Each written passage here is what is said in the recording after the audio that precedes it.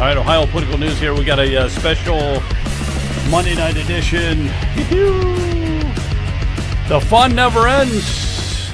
That's what I'm saying here. The fun never ends. All right, we're going to do a special Monday night edition here. We're going to concentrate on a little bit of the maybe some of the more national news. How you doing, Timothy? Good to see you there. Well, thanks. Good to see you, Joe. MAGA Institute, man. That's the way to be. So let's just play around a little bit. That MAGA Institute. A quick question for you here is: does he still have that special novelty about him? Do you think, or is that starting to fade? You know, it depends on who you ask. They say that patience is a virtue. It's admittedly not one of mine, but people do need to be patient. I saw a post the other day saying, 1 down, 3 to go. How do you like the first year of Trump's administration? It's like, it hasn't been a year yet. It's not going to be a year until January. It just seems like he's been for the Democrats. For a year. Yeah, you're absolutely right. For the Democrats, for them, it seems like an eternity already. But yeah, because he took over on on November 6th last year like a boss. He was effectively the president from November 6th to January 2nd, the 20th, and got a lot done even in the transition period. So I think it's a long way to the midterms. I think a lot has happened. A lot more is going to happen. We've seen, more indictments coming down. Okay, fill us in on that for a minute, okay? Some of the indictments and stuff like that, because you're more versed in the national news. I have a tendency to concentrate a lot on Ohio, but with the what's happening with that right now? Are any indictments really going to happen? Is Comey going to go to prison? Are we going to see Comey wearing a orange suit sometime soon, or what? Comey's already been indicted. So has Brennan. So has John Bolton. So have others. I was upset. I was as upset as anybody that Comey was allowed to turn himself in 2 days after the indictment was announced. It's like, come on, we want 5 a.m. door knocks. Yeah. We want to see perp walks. We want to see these people in orange jumpsuits that are just a mite tight in the crotch. Manacled hand and foot. I want them to Peter Navarro, these guys. I want them to Steve Bannon, these guys. I want them to Mike Flynn, these guys. I want them to Roger Stone, these guys. The Republicans are too nice. Yeah. No, I got you. Some of those people, like the J6ers and stuff, some of them have been in jail forever for doing nothing, basically. We see what a phony that was, because it was a staged stunt in some capacity there by the Well, Democrats, there's some breaking news for you, Joe. I don't know if you saw this, but they identified the phony pipe bomber. Remember the phony bomb that was left outside the DNC? Right. So, and this is kind of a scary story. I haven't seen anybody else give this take, but let me give you my take. So they identified that it was a woman by the way that she bent over. Physiologically, you can tell how a woman bends over. You can actually tell what a woman is? That's news to me, but go ahead. I didn't mean to interrupt. Allegedly. Assigned at birth. Gender assigned at birth. Okay. No, but women physiologically bend differently than men do when we bend over. So she bends over to put the pipe bomb next to the bench. So now, even with baggy clothes and a mask and a hat and the whole thing, they know it's a woman. So now they start scanning through all their video footage of women in the Capitol area. Well, guess who they come upon? Now, remember, they're matching gait, the pace and the style of walking. They're matching body posture, size. They find this woman who was a Capitol police officer. And guess where she's working now? For CIA. Well, I hope that our good CIA director, Radcliffe, is going to have a personnel action soon. But it gets even better, Joe. Turns out she was one of the Capitol police officers that instigated the riot on the west side of the Capitol by firing rubber bullets into the crowd. I have a friend that was down there, and she got tear gas. She said, we were singing God Bless America. The next thing I know, we got rubber bullets and tear gas canisters fired at us from the Capitol Police up above. It was an instigated riot, and it turns out that one of the instigators, if not the first one to fire the shot heard round the world, was this woman who also planted the phony bomb outside the DNC offices. So this was absolutely, J6 was absolutely a Fedsurrection, as we said all along, and people will be held accountable for it. Yeah, let's only hope and pray. So what about Comey and that stuff? I know that you said he's been indicted, but is he going to be...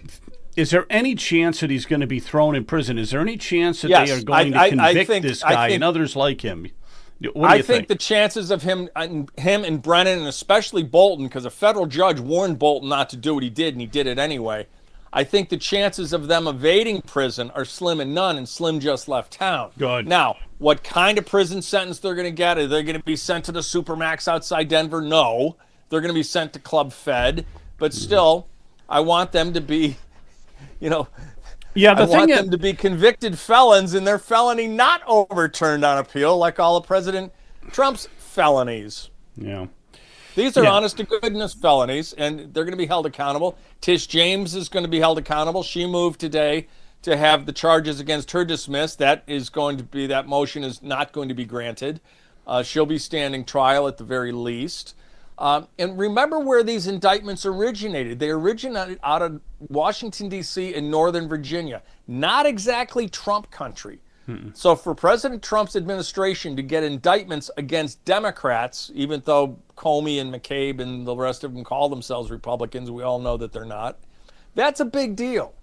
It's a really big deal. To get an indictment against the sitting Democrat Attorney General of New York State in Northern Virginia, that's a big deal. That's a high hurdle to overcome. That is good. That's why I'm so bullish on those.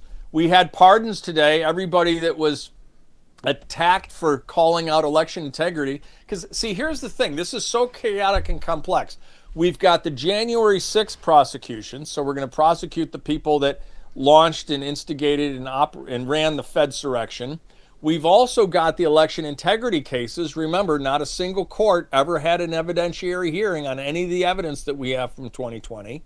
We've also got the Tish James mortgage fraud. We've also got the Pfizer fraud that VCHs the statutory protection that they were given on the COVID vaccine. We've got the auto pen cases. And let's not forget how a lot of this evidence came about. Kash Patel's people at FBI found evidence in burn bags in an abandoned office that was being used to store furniture that had never been burned. Well, that evidence was planted by a white hat FBI agent that clearly was sick of what he was being ordered to do by James Comey and his henchmen. It's a new day at FBI. Wait a minute, just so I understand that there, Timothy. So you were saying that was actually planted by an FBI agent? Not planted, it was preserved. Not planted, preserved. So it was preserved. Why? So that it would eventually be found? So that it would eventually look. We don't know what evidence was destroyed in burn bags between the election and the inauguration, right?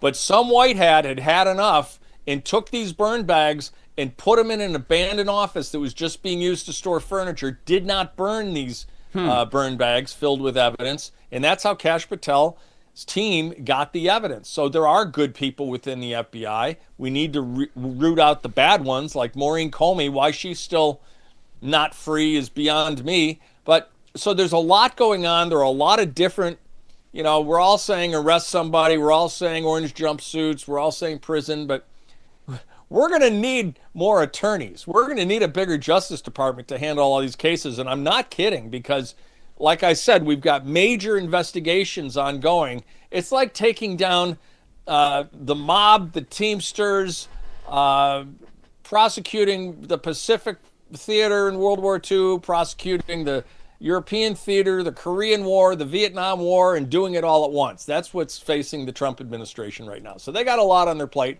And that's just on the criminal division. That has nothing to do with the economy and tariffs and all the other great things that are happening. Yeah, this is so much to comprehend. Let's talk about the government shutdown here for a minute. So my take on it is that Rand Paul was a holdup, and because of this hemp issue, where there's supposedly intoxicating hemp. And I know you say there isn't. No, there's no such thing. There's no such thing as intoxicating hemp. Okay. It's a contradiction in terms.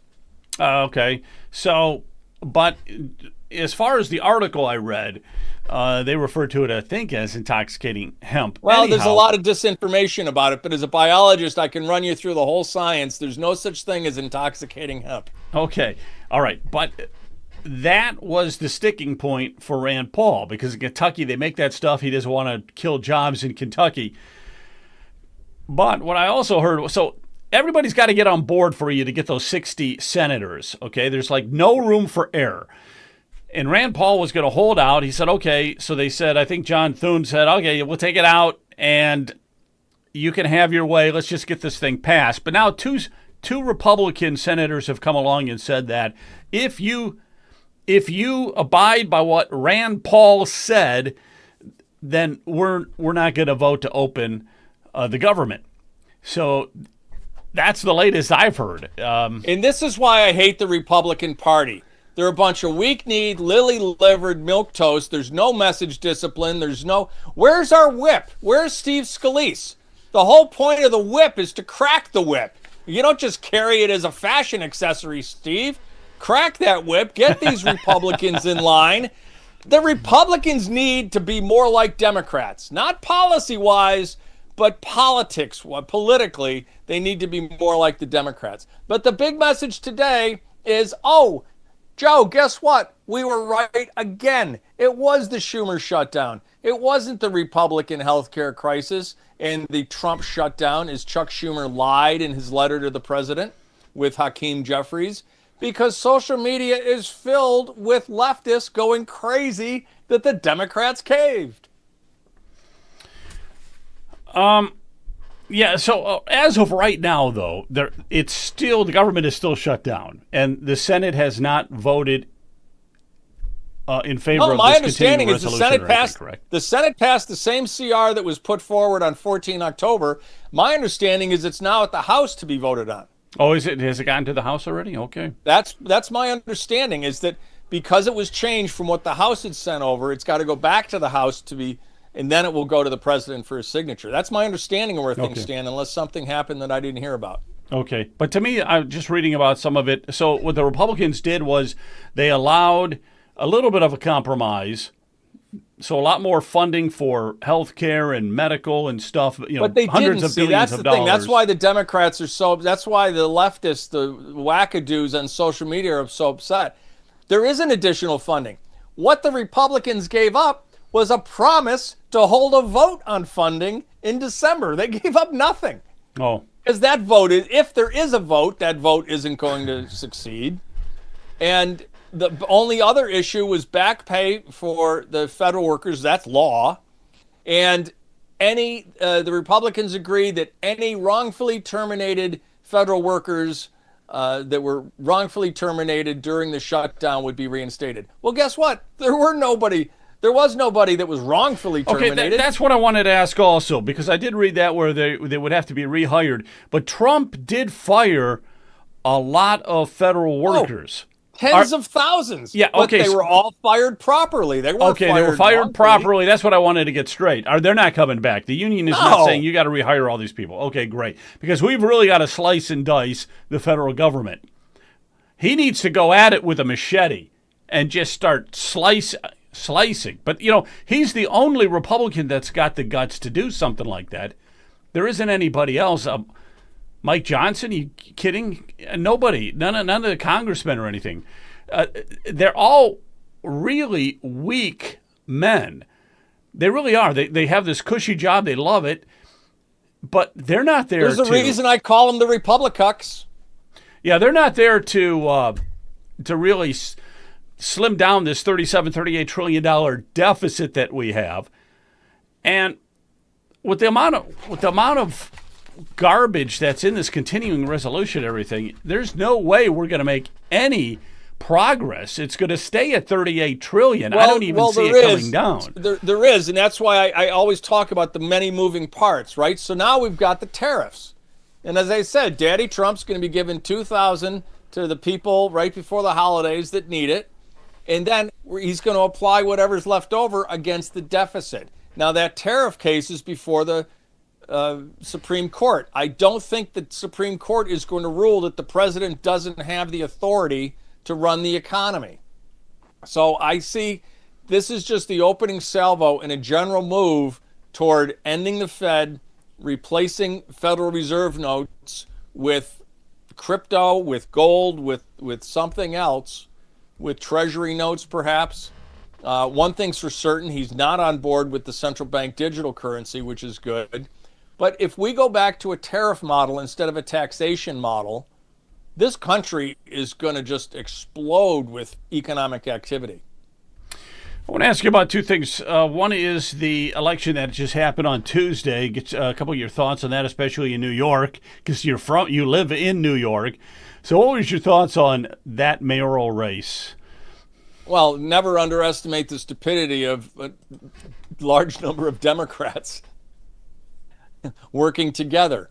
It was the frog and the scorpion, right? All these leftists that think that socialism is about being social and being on social media are going to find out that they were sold communism in order to get Sharia. Okay? It wasn't the communism that was the problem with Mamdani, it was the Islamism. And sure enough, the person that he's hired to oversee basically HR for the city of New York, all of his appointments is a Muslim woman, and she's going to appoint all Muslims, and New York City is going to become a de facto caliphate, and the city's going to crash and burn, and it'll be a warning lesson for the rest of the country. And what was your thoughts also on the Democrats were saying that it was victory for them, not only in New York but across the country? It was victory for them across the country. There were three big elections. Okay. We had elections in Pennsylvania, and four big elections other than New York City. Three other than New York City. We had New Jersey for governor, we had Virginia for governor, and we had some elections in Pennsylvania. Well, basically all they did was elect Democrats in Democrat areas, so the results aren't big. And we saw a whole bunch of shenanigans. Northeastern Philadelphia, they removed all of the independents from the voter rolls. Every independent had to file a provisional ballot. In New Jersey, they shut down machines in Republican precincts. In Virginia, there were some suspicious numbers, suspiciously consistent. So basically, the Democrats did what Democrats do. They cheated in the elections, even elections where they were going to win because they were supposed to be closed. Jack Ciattarelli was supposed to do a lot better in New Jersey than he did. He actually got more votes than he did last time when he lost by 0.1%. And this time he lost by a massive margin, even though he got more votes. Where have we seen that before? 2020. Like I said, I think in the next 11 months, we're going to see a lot of action in the election integrity front.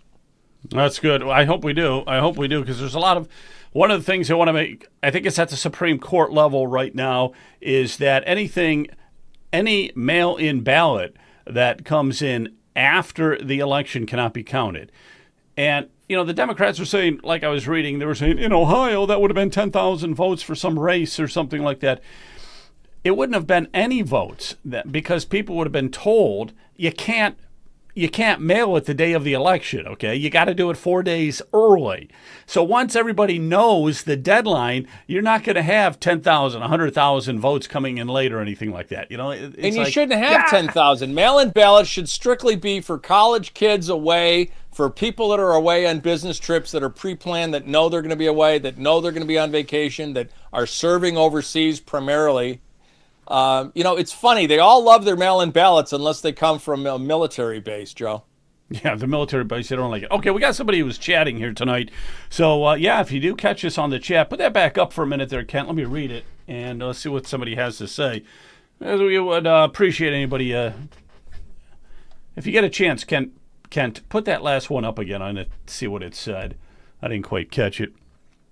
But, okay, here we go. They gave up, this is from, I got to take my glasses off, John Bowles. They gave up holding hostage funding for SNAP and WIC over the next year. And if they don't hold the vote on the ACA, that's the Obamacare, ACA, there will be another shutdown in January. Well, great. Look, we can't go forward. if the Unaffordable Care Act needs massive government subsidies to the extent of $1 trillion plus in order to remain a viable program, it's not a viable program. So instead of having a vote on extending government subsidies of a program that's broken, let's just fix the program. Okay, so I think what a lot of people don't understand, Obamacare, Affordable Care Act, everything, it's only affordable because the government steps in and pays the difference, from what I understand. That's all they're doing, right? Aren't they? It's the same thing that happened in Massachusetts with Romney Care. The only reason Romney Care was viable was because the state was underwriting it. It's not affordable. It was supposed to make premiums cheaper. It's made them double, triple, even in some cases quadruple the price. Think about it this way. The same thing happened, I believe, with the whole college and university scenario where the government steps in and starts making these loans to the kids so that they all go to college, and then colleges say, hey, I got a great idea. Let's keep increasing tuition. And so you have this ballooning effect, this inflation ballooning, a profit margin, which is escalating. And now look at the medical field. The medical field is saying, okay, great. The federal government's going to step in and pay the difference. Well, we'll just charge more and we'll still get that money from them. I mean, that's all that's happening here with Obamacare, right? It's just the federal government, Medicaid, Medicare, all of this stuff.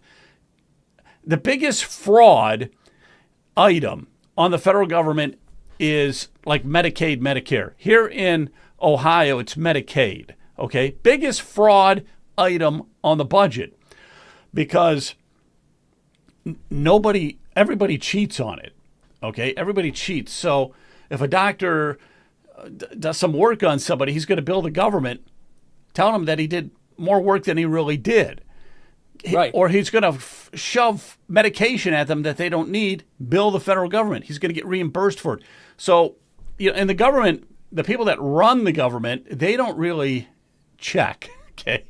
There's no checking. They don't check because they don't care. They don't check, they don't care, and that is why, like with Medicaid here in Ohio, it's the biggest fraud, waste, fraud, and abuse line item on our budget.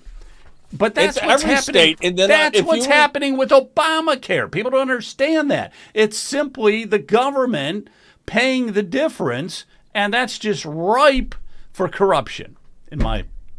Look, there were two programs that really enhanced higher education in this country. The first was the GI Bill after World War II, and the second was the student loan program. I couldn't have gone to college without student loans. But back then, student loans were given by private lenders. You had to apply for the student loan and you had to be approved. And not everybody got approved. And so the federal government comes in, kicks out the private lenders and becomes the lender itself, and then all hell breaks loose. And as you said, with all the free money out there, universities just said, oh, we're just going to raise tuition. In 1984, I paid $12,000. 83, 84 was $12,000 at a private liberal arts college. That same tuition last year was $80,000. Now, look at the inflation rate between 1984 and 2024. I guarantee you it wasn't almost 8 times. No, it wasn't. All right. Anything else you want to hit on? This government distortion of markets needs to end. Mm-hmm. Okay, let's just wrap things up with that whole medical talk here. I mean, is there a solution? I think anytime the government steps in on anything, they destroy it. Look, I had a solution in 1996 in Massachusetts, and I brought it to the governor, and nobody wanted to listen to me. The solution is very simple. You allow insurance companies to compete across state lines. Because the way it works now is New York, okay, insurance company A, you're going to be the exclusive provider of health insurance in New York State. Insurance company B, you've got Massachusetts, Connecticut, and northern New England. Insurance company C, you've got Connecticut and New Jersey. It's all a mishmash on using state boundaries. Well, allow national competition. Allow an insurance company in Nebraska to be bidding for New York City's health insurance and watch prices come down. So number one, competition. Number two, and most importantly, let's get rid of the illegals. If you want your Medicare budget, your Social Security budget, and your Medicare budget to decline dramatically, get the people that aren't eligible for those programs out of the programs. That's the one way right there to save the entire system, is getting the illegals out of there. And people that say it's not a problem, I'm here to tell you it's a massive problem. In fact, it's the number one problem. And the third solution is to get rid of these insurance middlemen, right, Joe? So your doctor writes you a prescription and you take it to your Walgreens or your CVS or whatever drugstore you use. Well, they're not buying it from the company. They're buying it from a middleman that set himself up as the arbiter of what the prices are going to be. The markup is phenomenal. We got to get the middlemen out of the supply chain for pharmaceuticals. Yeah, but they've got a lot of politicians in their back pocket. That's always the problem. Which gets us back to the fact that Republicans are no better than Democrats. There's a reason I call them Republicans. It's two wings of the same dirty bird. It is. Okay, I got another chat here. Philip Funderburg. And with a daughter going to college next year, I cannot agree with you more. It's absolutely ridiculous. Yeah, he's talking about what it's costing to put his daughter through college. It is absolutely ridiculous. It's insanity. It doesn't cost that. But again, they've gone this high because the federal government is giving these kids money. They're throwing money at them. President Trump says, I don't blame Korea and Japan and China and all these countries that have been taking advantage of us because we let them. I don't blame the universities for raising their prices because of all the free money. I blame the government for providing it. My question to this gentleman, however, would be, why is his daughter going to go to college? Does she want to be a doctor, a lawyer, an engineer? Does she want to be a teacher? Or is she going for an MRS degree? Does she have a purpose for going? And will that purpose be able to pay back the investment in the 4 years in college? You really have to look at things that way nowadays. You really have to look at it as you go to college, and it's an investment. This money that you're borrowing, it's an investment. Is it going to pay off? Because you get a history degree, and you get out, and you can't get hired anywhere. Let's see. That's the same one. But yeah, so that's the same chat that we just read. But yeah, I mean, today it's. I think you're better off. We put up a question one time on X very recently as to, would you have any problems if your son or daughter went to a trade school instead of going to college? And the comments were overwhelmingly like, "Are you kidding me? We think it would be fantastic if they would go through a trade school rather than go to college." I'm speaking as the former president of my college's alumni association, right? I'm speaking as a former educator. I'm not anti-education. I counseled my nephews not to go to college. My eldest nephew had no interest in furthering his education because he wasn't a classroom guy. He was a hands-on guy. And his younger brother was graduated from high school using what's called BOCES. It was the vocational technical program in Onondaga County. He was graduated from high school and he already had his welder certificate. So he's gone in, made a great living for an 18-year-old guy as a welder, and now he's going into the Navy. Right. Oh, yeah. I mean, you can definitely do it, as opposed to all the kids that are going to college these days and half of them graduating with all that debt and no job. It's very depressing. Well, and, you know, if you're going to go major in gender studies, why not just go get the job at Starbucks that you're going to get after graduation? Why not get it now and make the $7.45 an hour or whatever it is? Yeah. Right. I remember one guy said, I never went to on minimum wage, I think, right? Yeah, the one guy said, I laughed at this. He goes, I never went to college. I just decided to take the $100,000 and buy a house. Not a bad idea. But, yeah, so, okay, well, we'll probably be wrapping this up. But any last thoughts on the latest news going on today nationally? There's just so much. We don't even know what direction to go. I really am going to be watching closely for the midterms, because if they can somehow derail Trump next November, this puts everything back into the hands of the Democrats. That's my worry. So we've got to get Trump so he's not a lame duck president. We got to get him the House. We got to get him the Senate. Look, if nothing else, this shutdown, this Democrat manipulation for 7 weeks should clarify the mind of Republicans. And it really was the Democrats. You read, I don't understand, but you read the Democrats saying, oh, it's the Republicans that shut down the country. What do you mean it's us? If that were true, why are the Democrats so upset online? Why are they angry that the Democrats caved? Yeah. Just saying. Makes no sense. It makes no sense. But politics never did make sense, okay? No, but it makes a lot of people rich. Just not the people. Just not the we citizens. The not the citizens. All right. Well, thanks a lot, Tim. We'll get together again real soon, get some updates and everything. Always good to hear from you. Likewise, Joe. Thanks for having me on. Have a good night.